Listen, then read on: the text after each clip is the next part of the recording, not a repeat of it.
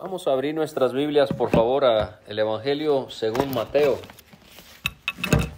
Vamos a leer Mateo, comenzando en el versículo 9.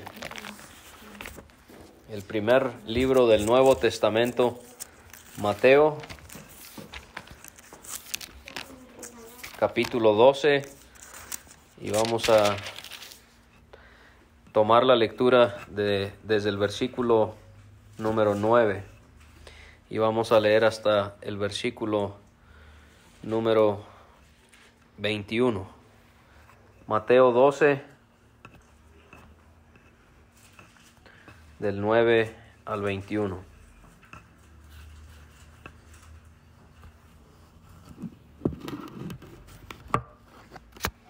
Dice la palabra de Dios: pasando de allí, vino a la sinagoga de ellos, y he aquí había allí uno que tenía seca una mano. Y preguntaron a Jesús para poder acusarle: ¿es lícito sanar en el día de reposo? Él les dijo: ¿qué hombre habrá de vosotros que tenga una oveja, y si ésta cayere en un hoyo en el día de reposo, no le eche mano y la levante? Pues cuánto más vale un hombre que una oveja. Por consiguiente, es lícito hacer el bien en los días de reposo. Entonces dijo aquel hombre: extiende tu mano. Y él la extendió, y le fue restaurada sana como la otra. Y salidos los fariseos tuvieron consejo contra Jesús para destruirle. Sabiendo esto, Jesús se apartó de allí, y le siguió mucha gente, y sanaba a todos. Y les encargaba rigurosamente que no le descubriesen, para que se cumpliese lo dicho por el profeta Isaías, cuando dijo: he aquí mi siervo, a quien he escogido, mi amado, en quien se agrada mi alma. Pondré mi espíritu sobre él, y a los gentiles anunciará juicio. No contenderá, ni voceará, ni nadie oirá en las calles su voz. La caña cascada no quebrará, y el pábilo que humea no apagará, hasta que saque a victoria el juicio, y en su nombre esperarán los gentiles. Bueno, otro tema que hemos estado viendo en las ocasiones que nos hemos podido reunir es el tema de los milagros de Jesucristo. Y hemos estado analizando con la ayuda del Espíritu Santo distintos milagros. Hemos visto ya en Mateo un número de milagros. Vimos ya cuando un leproso fue sanado. También cuando fue sanado el criado de un centurión. Cuando la suegra de Pedro fue sanada de su fiebre junto con otros que estaban enfermos. También estudiamos cuando Jesucristo calmó aquella tempestad en la que se encontraban él y sus discípulos. También estudiábamos cuando Jesucristo expulsó los demonios de aquellos dos hombres que eran de Gadara. Vimos cuando fue sanado ese paralítico. ¿Se acuerdan? Cuando el techo fue abierto y fue bajado hasta donde estaba sentado Jesucristo, porque estaba tan llena la casa donde estaba. También vimos cuando Jesucristo resucitó la hija de Jairo, cuando él sanó a la mujer de flujo de sangre. Ella había tenido ese flujo por años, había gastado todo su dinero en doctores y no había podido ser sanada hasta que se encontró con Cristo. Y el último milagro que habíamos visto fue cuando el Señor sanó a dos ciegos y cuando él sanó a un mudo endemoniado. Ahora, habíamos notado que eso no quiere decir que toda persona muda es que está endemoniada. Eso está claro, pero en este caso, esta persona sí estaba endemoniada. Y al salir ese demonio, esa persona pudo ahora escuchar y pudo por consiguiente también hablar. Y entonces vamos a ver con la ayuda de Dios este milagro de la sanidad del hombre con la mano seca. Y ahorita vamos a ver a qué se refiere la Escritura cuando habla de un hombre con una mano seca. Dice allí en la lectura donde leímos: pasando de allí, vino a la sinagoga de ellos. Ahora es muy importante que aunque no lo leímos, podamos tomar en cuenta lo que sucede en los versículos anteriores a donde leímos. Hablábamos de eso anoche, lo importante que es ver la secuencia en la Biblia. Y vamos a notar que en los primeros 8 versículos, los discípulos de Jesucristo, ellos tienen hambre, y entonces ellos van pasando por un campo y ellos toman espigas y comienzan a comer los granos. Esto de paso nos hace ver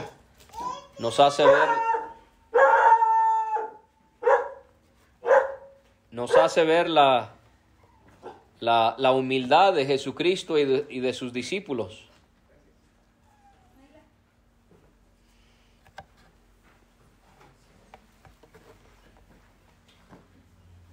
Buenas. Adelante. Gracias. Bienvenido. Gracias. Entonces esto nos hace ver la humildad de los discípulos y de Jesucristo, porque ellos no habían comido, tenían hambre, y pensar que ellos tuvieron que tomar unos granos, unas espigas de un campo para poder comer.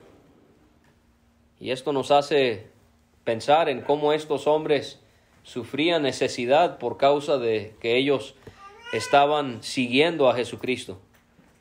Pero usted sabe bien que cuando los discípulos y el Señor andaban juntos, siempre andaban ahí algunos para verles y para criticarles. Y estos son los fariseos. Y no voy a explicar acerca de los fariseos porque ya lo hemos notado y estudiado antes, pero en resumen, los fariseos eran una secta religiosa judía que eran supuestamente muy estrictos y hasta le habían agregado mucho a la palabra de Dios. Pero realmente el Señor condena su hipocresía porque realmente no ponían en práctica lo que ellos enseñaban. Y cuando estos fariseos vieron a los discípulos comer esos granos el día que ellos iban pasando, que era día de reposo, ellos criticaron a los discípulos, que cómo era posible que ellos habían espigado en un día sábado. ¿Qué problema había? Jesucristo les puso el ejemplo que si ellos no se acordaban cuando David, el rey, que todavía no era rey, cuando él y sus soldados bajaron a donde estaba el tabernáculo y ellos pidieron del pan que estaba dentro del santuario de Dios y comieron aun cuando no eran sacerdotes. Los sacerdotes eran los únicos que comían de ese pan, pero David y sus soldados, ellos pudieron comer.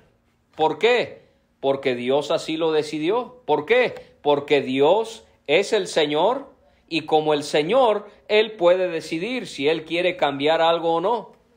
Y entonces Él dice que el Hijo del Hombre, Él mismo, Jesucristo, Él es el Señor del día de reposo.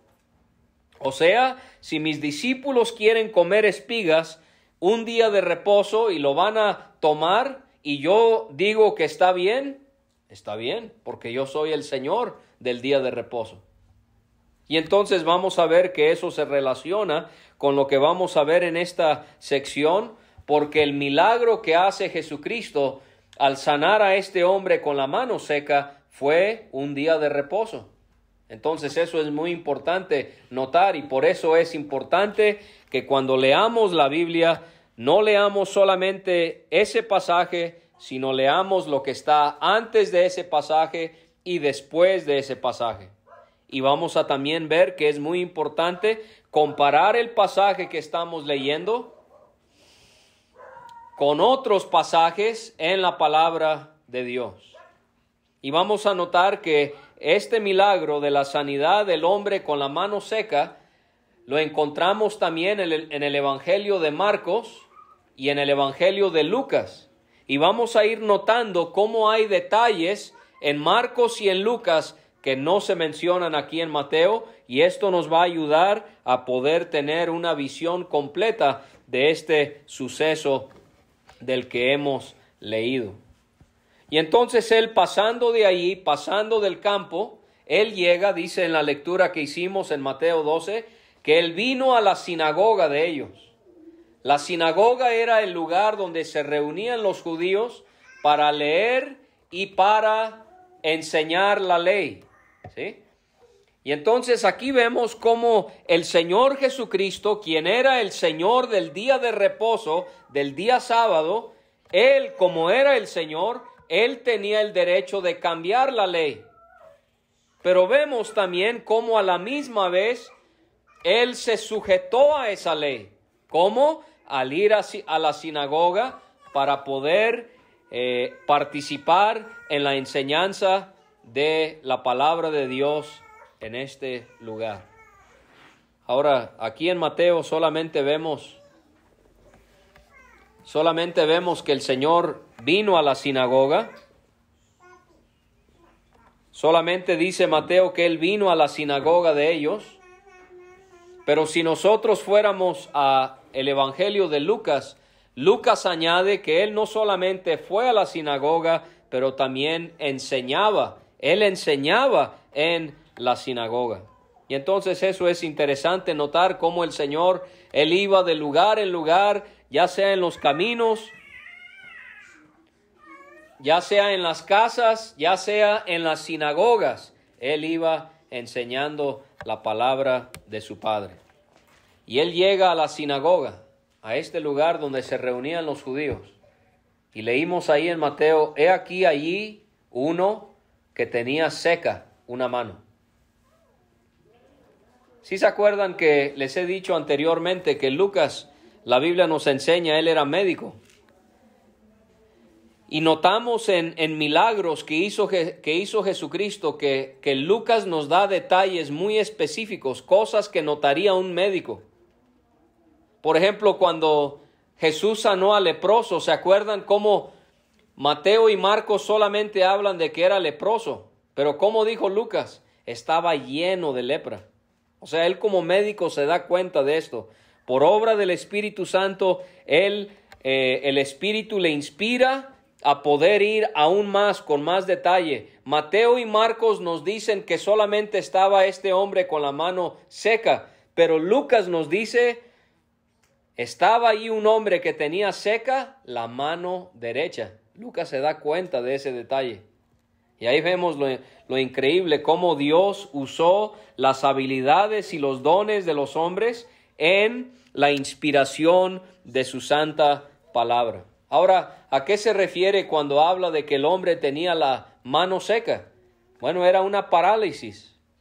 Quizás usted ha visto a alguien que padece de esto.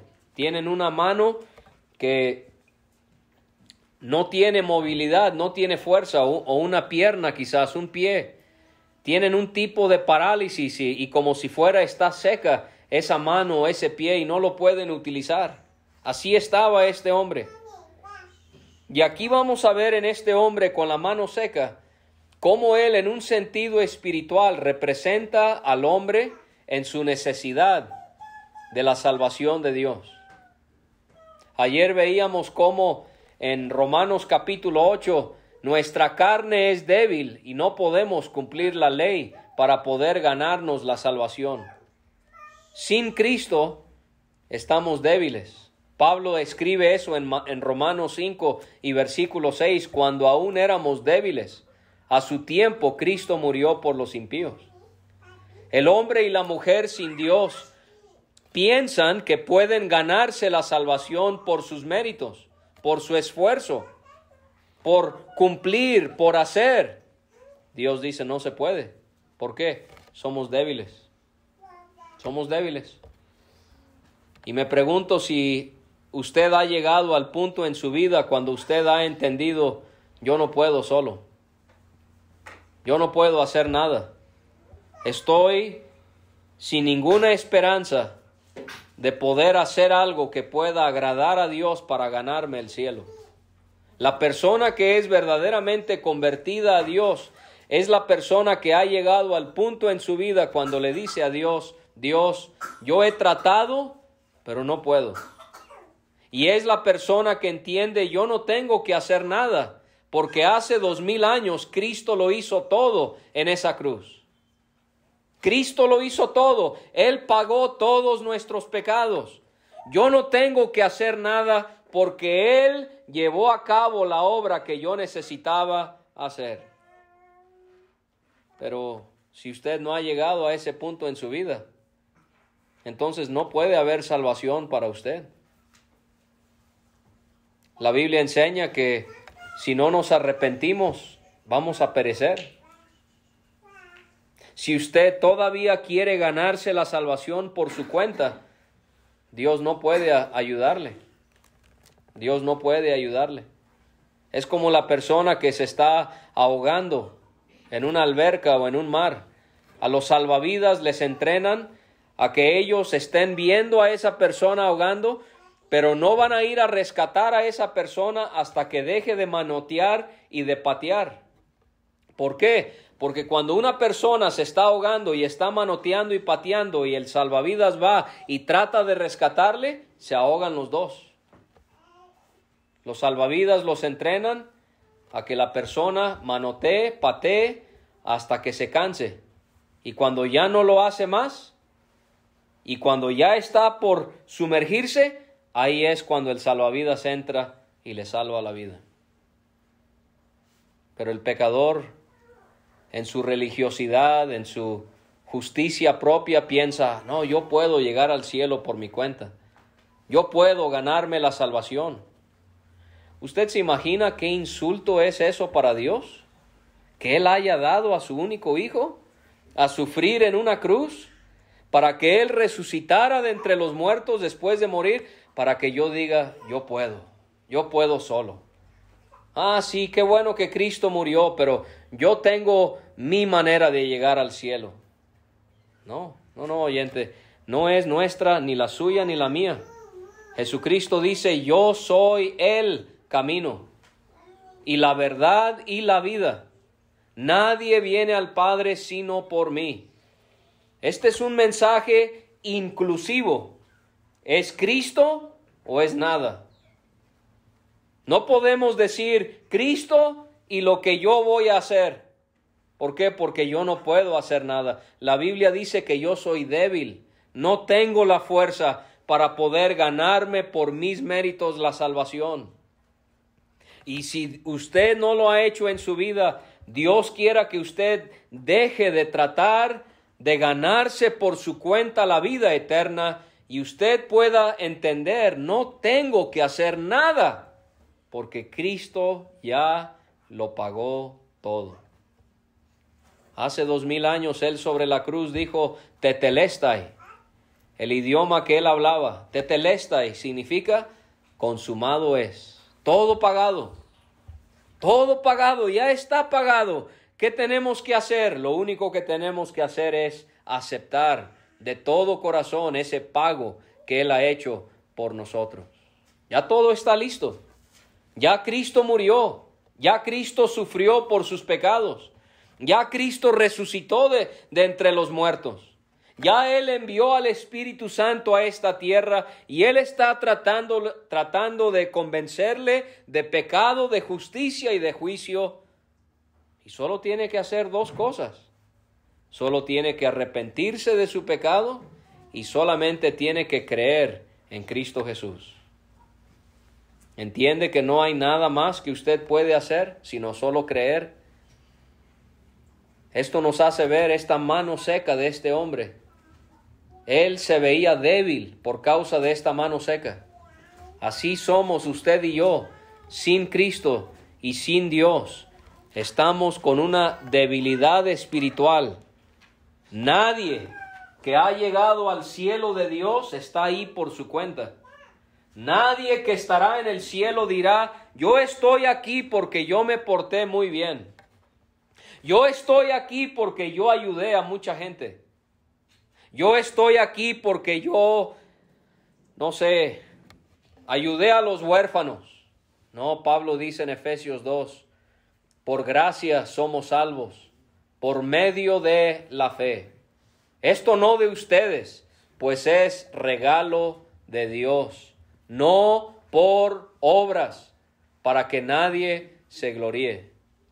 Martín Lutero fue un monje que por muchos años pensaba que la justicia se alcanzaba por las obras, hasta que él comenzó a leer el libro de Romanos y hubo una frase que caló hasta lo más profundo de su corazón: el justo por la fe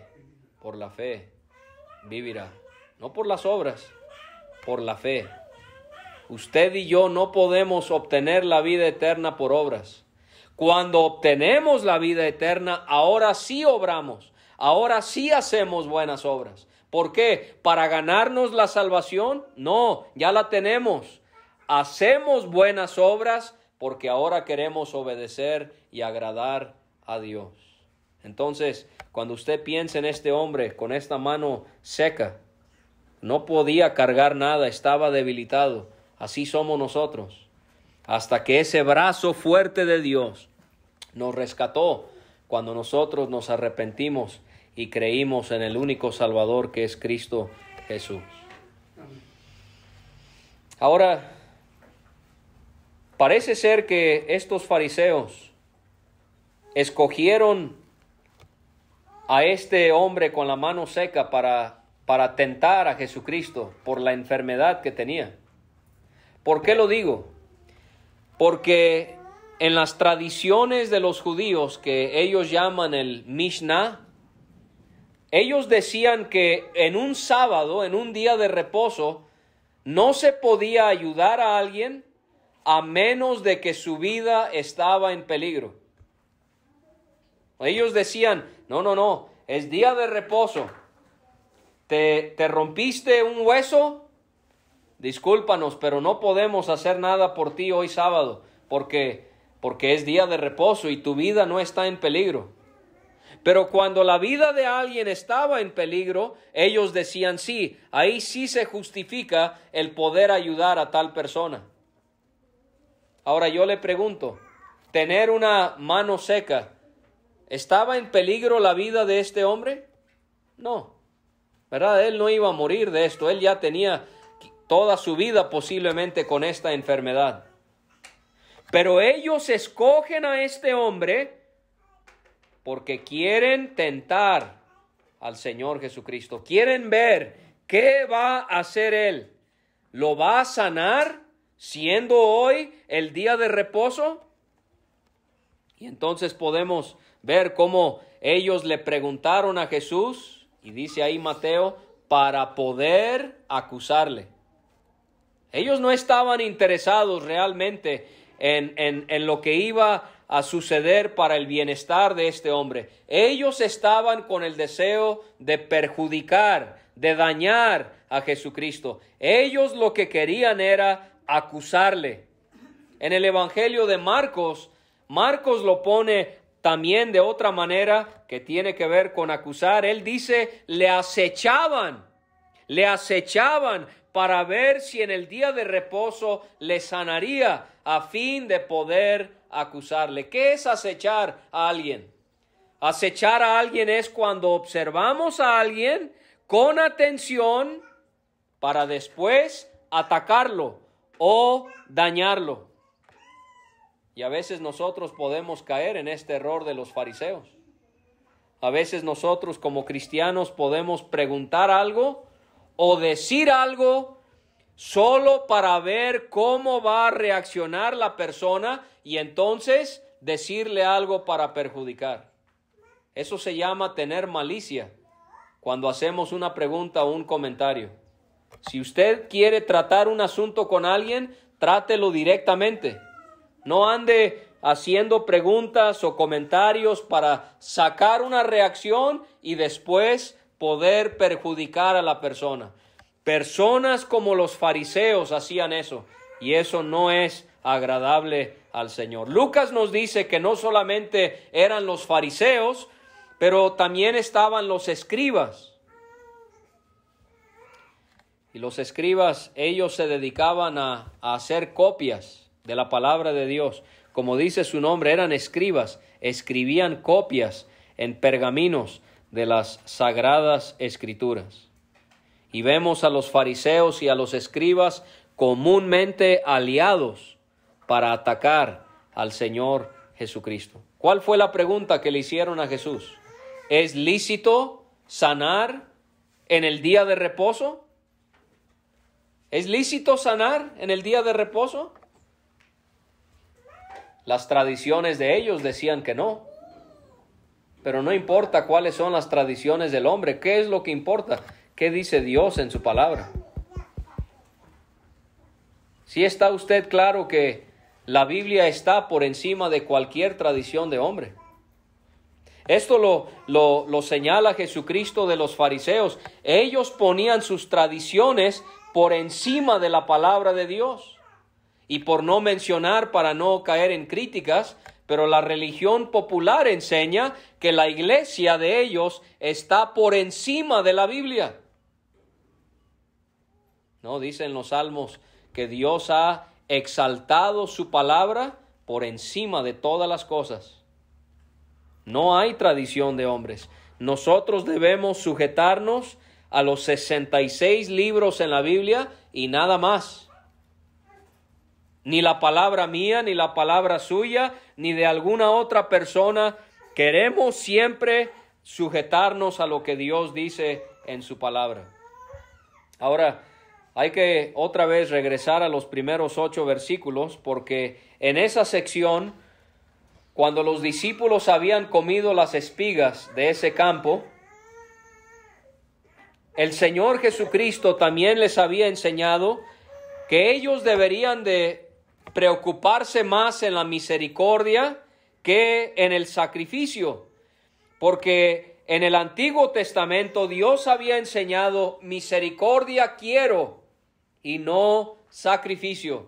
Los fariseos en su religiosidad, ellos dirían, no, yo cumplo porque yo hago sacrificios a Dios. Yo cumplo porque yo le ofrendo a Dios. Pero en el asunto de la misericordia, reprobaban. Trataban muy mal a la gente. Criticaban, acusaban, juzgaban. Y aquí podemos ver cómo es que ellos estaban haciendo esto con los discípulos.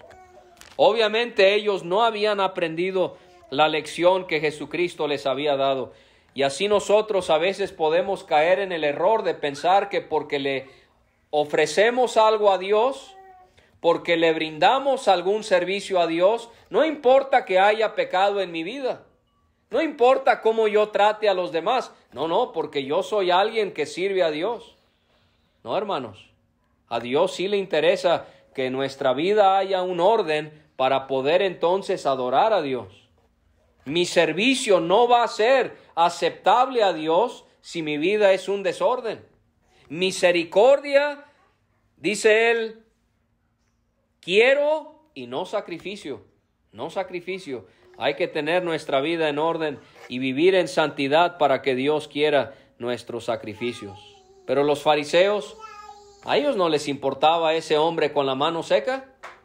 ¿A ellos no les importaba si él quedaba sano o no? Ellos lo que les importaba, ¿qué era? Poder dañar a Cristo Jesús. Y entonces, Jesucristo con toda su sabiduría, Él no se enojó. Vamos a ver que sí se enojó, pero no se enojó como nosotros nos enojamos. Porque cuando nosotros nos enojamos, perdemos los estribos y decimos cosas que luego nos arrepentimos y tenemos actitudes que no deberíamos. Pero Jesucristo, Él fue tan dócil, tan paciente. Y Él les dice, ¿quién de ustedes tiene una oveja?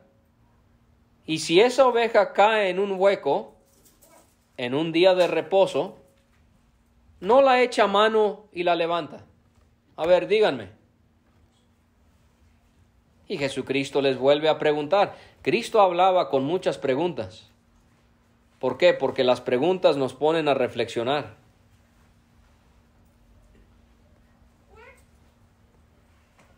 Les hace otra pregunta. ¿Cuánto más vale un hombre que una oveja? O sea, si ustedes tuvieran una oveja, me imagino que la sacarían. Eso es lo que les está dando a entender.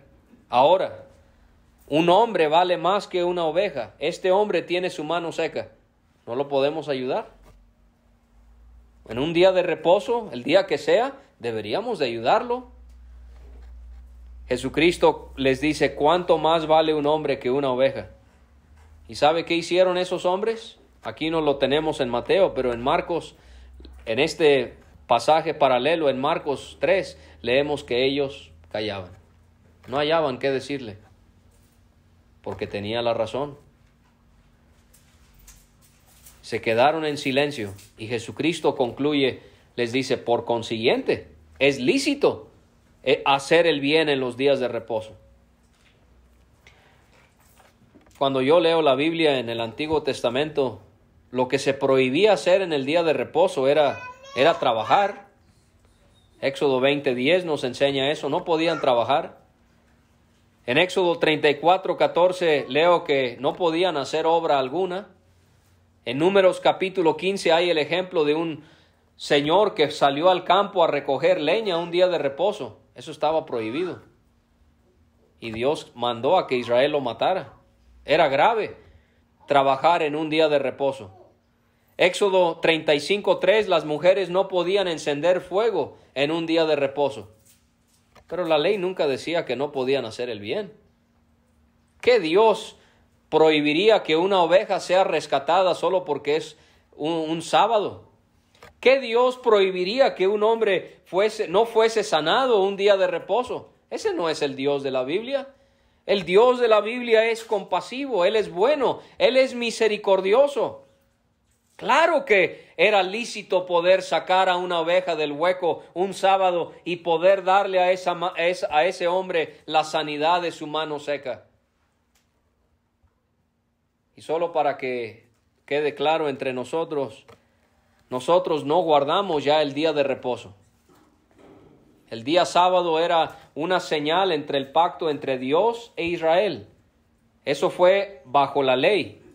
Pero cuando Cristo vino y Él derramó su sangre, Él enseñó que iba a haber un nuevo pacto. Ese es el nuevo pacto en el que estamos. Y en el nuevo pacto no se nos pide guardar la ley. ¿Por qué? Porque nuestro reposo ya no es un día.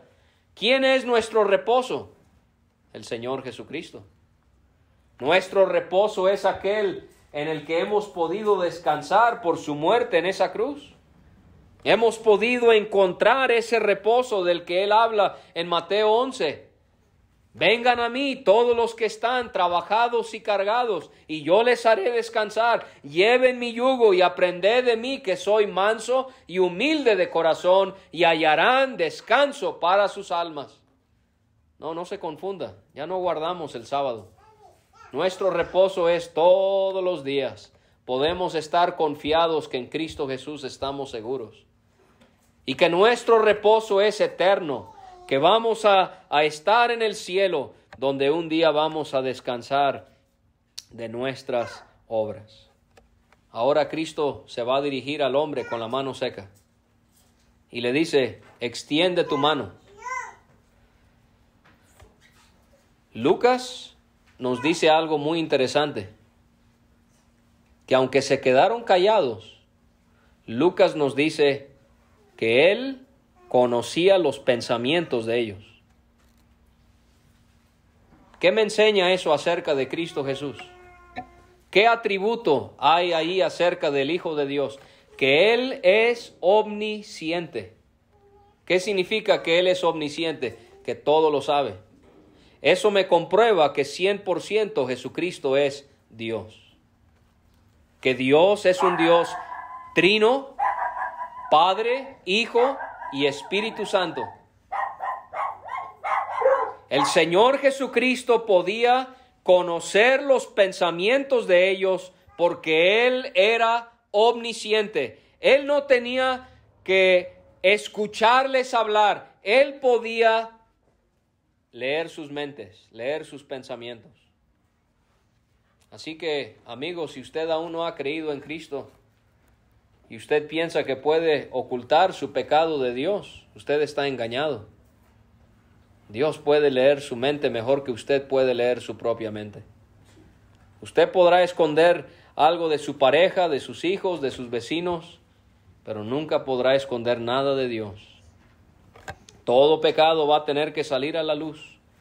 Y un día ese pecado Dios se lo va a manifestar en el juicio del gran trono blanco, antes de que usted sea lanzado al lago de fuego.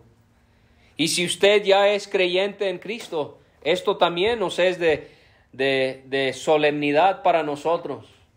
Porque usted y yo no podemos prosperar en esta vida si tenemos pecado oculto. Dice en Proverbios, el que encubre su pecado no prosperará. Si usted peca y es creyente, tiene que confesárselo a Dios. Y si es necesario, se lo tiene que confesar a los líderes de la iglesia. Si son, por ejemplo, pecados que son mencionados en 1 Corintios capítulo 5. No podemos ocultar el pecado del Señor. Él conoce nuestros pensamientos. ¿No ve? Esto también me enseña otra cosa. Que nosotros tenemos que ser sinceros. Porque es posible que yo pueda trabajar mucho en las cosas de Dios, pero estar trabajando por la razón equivocada. Es posible que yo esté sirviendo, pero no para agradar a Dios, sino para agradar a los hombres.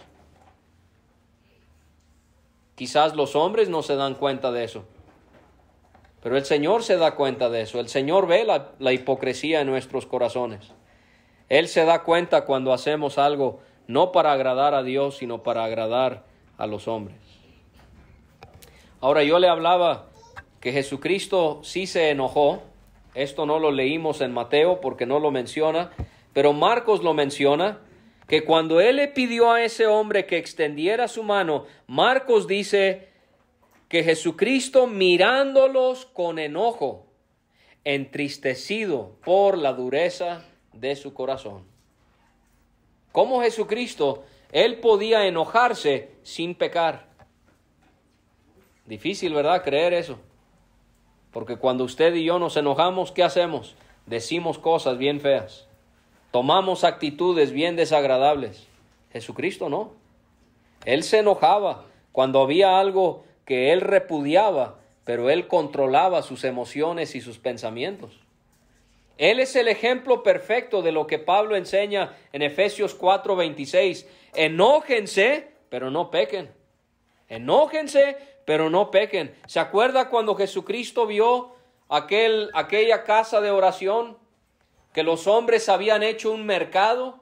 Ahí en la mera casa de Dios, la gente extorsionando a los demás, vendiéndoles animales a un alto costo, cambiando dinero a un alto costo. ¿Por qué? Porque solamente se estaban beneficiando.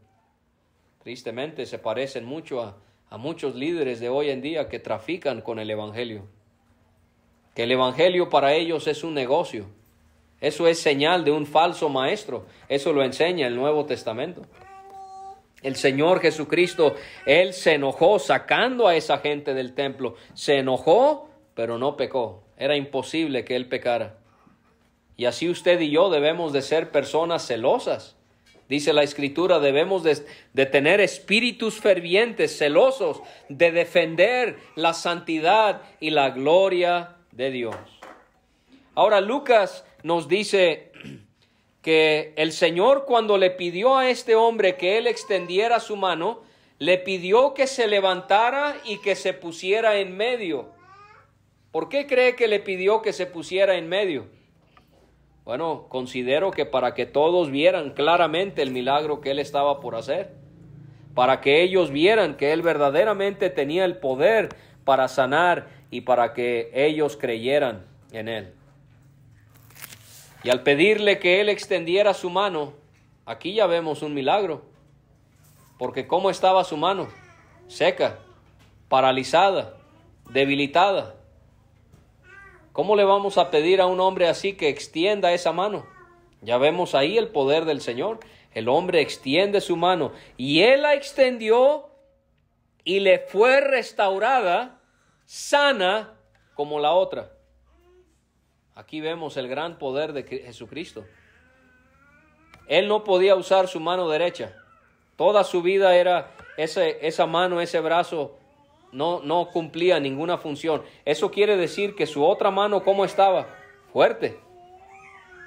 Y cuando Jesucristo le sanó su mano seca, no es que estaba solamente sanada, que ya no estaba paralizada, pero debilitada, no tan fuerte como la otra. No, el Señor le sanó su mano para que fuera exactamente con la misma fuerza y la misma movilidad que la otra mano. Y ahí vemos el gran poder de Jesucristo. ¿Y qué hicieron los fariseos? Leímos ahí que se salieron y tuvieron consejo contra Jesús para destruirle. Se están poniendo muy fuertes las cosas ya. Están ya no queriendo acusarle, están queriendo destruirle. En Marcos leemos que ellos, los fariseos, tomaron consejo con los herodianos contra él para destruirle. Los fariseos eran religiosos, seguían tradiciones que supuestamente tenían que ver con Dios. Pero los herodianos, no, ellos eran completamente opuestos a los herodianos. Los herodianos eran un partido político que apoyaba a Herodes, al rey. Los judíos eran gobernados por un hombre gentil, un hombre de Idumea. Ellos no creían en Dios, ellos no eran religiosos. Normalmente los fariseos y los herodianos no se llevaban. Pero qué casualidad que ahora que quieren atacar y destruir a Cristo, ahora son tremendos amigos. Y se aliaron y se unieron para poder destruir al Señor Jesucristo. Esto muestra lo desesperados que estaban en dañar a Cristo Jesús. En Lucas leemos cuando los fariseos vieron el milagro, ellos salieron y se llenaron de furor. Estaban completamente molestos, enojados con él. Y cuando Jesucristo sabe esto, leemos que él se apartó de allí. Se apartó. Ahora, ¿por qué se fue? No se fue porque había cobardía en él. Él podía haberse defendido muy fácilmente. Él, siendo Dios, era omnipotente. Pero ¿sabe por qué se fue? Se fue porque él respetaba los tiempos de Dios. Él sabía que si la gente veía el milagro que él había hecho, ya lo iban a querer reconocer como el rey y iban a pedir que ya estableciera el reino. Pero él sabía que él primero tenía que ir a la cruz. Así lo hizo el diablo. ¿Se acuerda cuando lo llevó al monte alto? Póstrate delante de mí y yo te doy todos estos reinos. No, Jesucristo no iba a adorar al diablo. Y también él sabía que para poder un día tener el reino, él tenía que morir. El diablo así le va a poner a usted y a mí atajos en la vida.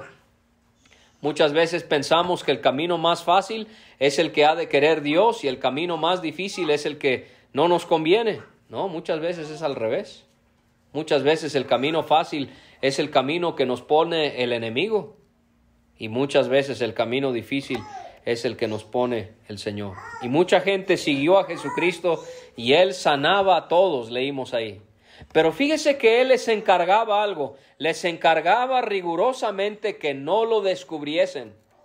Es lo mismo, él sabía que no era el tiempo para ser reconocido como rey. Fíjese en el capítulo 8 de Mateo, cuando él sana al leproso. Fíjese lo que le dice en el versículo 4 al leproso: mira, no lo digas a nadie, sino ve, muéstrate al sacerdote y presenta la ofrenda que ordenó Moisés para testimonio a ellos. Le pidió al leproso que no le dijera a nadie que lo había sanado. Fíjese en el capítulo 9 y en el versículo 30, cuando él sana a los ciegos. Los ojos de ellos fueron abiertos y Jesús les encargó rigurosamente diciendo: mirad que nadie lo sepa. Y ahora vemos aquí en Mateo 12 que él le dice a este hombre, a toda esta gente que él sanó, en el versículo 16, él les encargaba rigurosamente que no le descubriesen. ¿Por qué? Porque no era su tiempo para ser el rey todavía de Israel. Él tenía que morir. Él tenía que permitir este día de salvación que ha durado 2000 años. Y viene el día cuando él va a venir al aire para arrebatar a su iglesia y después de los 7 años de la tribulación, entonces sí, Jesucristo va a venir a esta tierra y Él va a reinar. Pero Jesucristo, Él respetaba los tiempos de su Padre. Y todo esto, dice en el versículo 17, fue para que se cumpliese lo dicho por el profeta Isaías. Y vamos a ver aquí que se va a cumplir la profecía de Isaías en el capítulo 42, en los primeros 5 versículos. Hay pasajes muy preciosos que usted haría bien en estudiar en Isaías que nos hablan acerca de Jesucristo como el siervo de Dios. Eso es increíble, que el Señor de gloria en la Biblia sea hablado, se haga referencia a Él como siendo un siervo. Habla de su humildad, habla de su servicio, habla de su entrega. En Isaías 42, en Isaías 49, en Isaías 50, en Isaías 52 y en Isaías 53. Lea esos 5 pasajes y usted va a aprender bellezas muy llamativas acerca de Jesucristo como el siervo de Dios. Y aquí Mateo dice que se va a cumplir la profecía de Isaías. Porque ahí en Isaías 42 se enfatiza el carácter humilde y dócil de Jesucristo.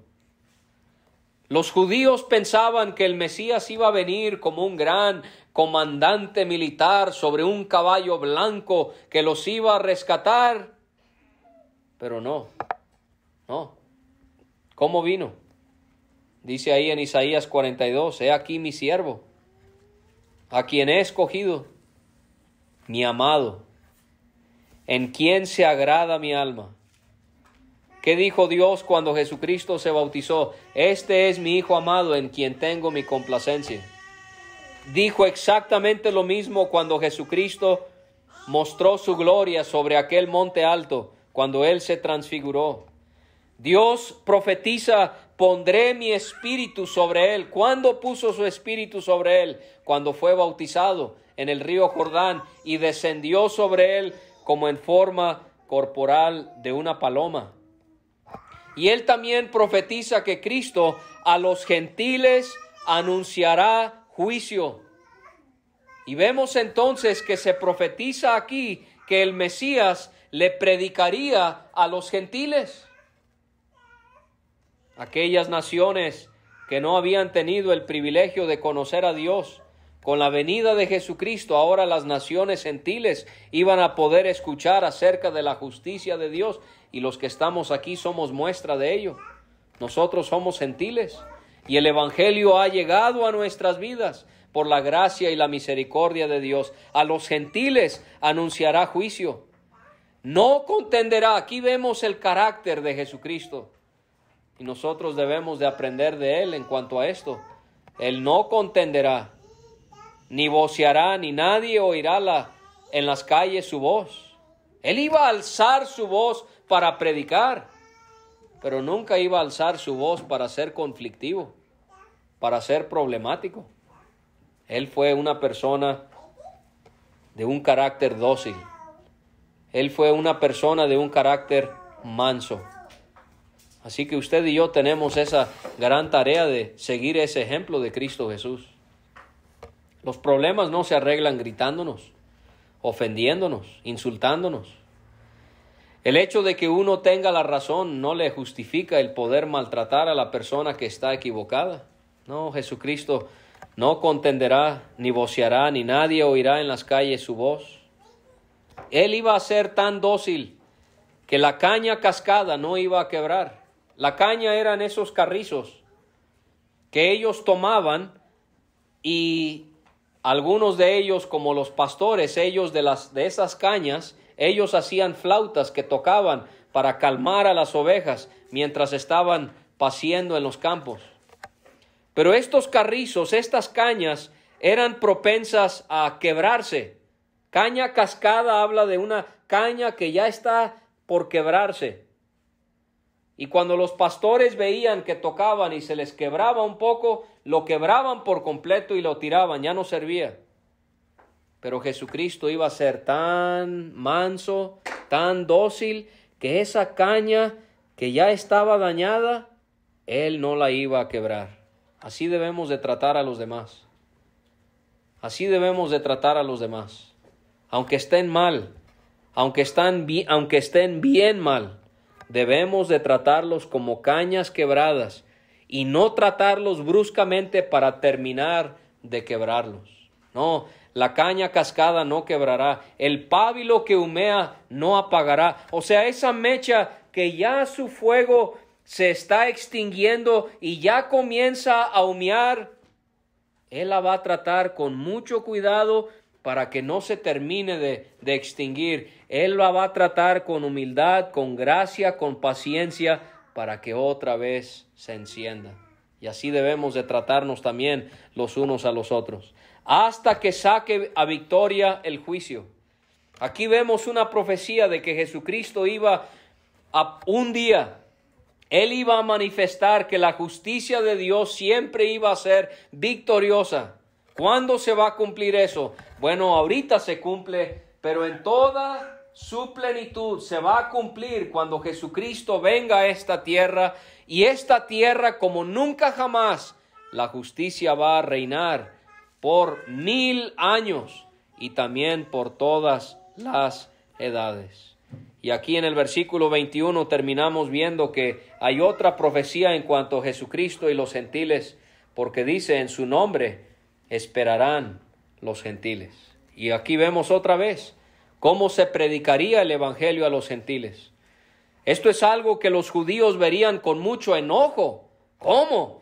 ¿Que Dios quiere que los gentiles también le conozcan? Ellos veían esto como algo imposible. ¿Cómo llamaban los judíos a los gentiles? Perros. Eran perros. No, ellos no pueden ser alcanzados por Dios. Ellos los menospreciaban al llamarles perros. Pero ahí está la gracia de Dios, que a nosotros los gentiles el evangelio ha llegado a nuestras vidas. Y Dios quiera que si usted no ha aceptado el evangelio de Jesucristo, usted pueda humillarse de todo corazón, arrepentirse de su pecado y creer en el único Salvador que hay, Cristo Jesús, el Hijo de Dios, quien es Dios mismo manifestado en carne, que usted pueda recibir el perdón de sus pecados.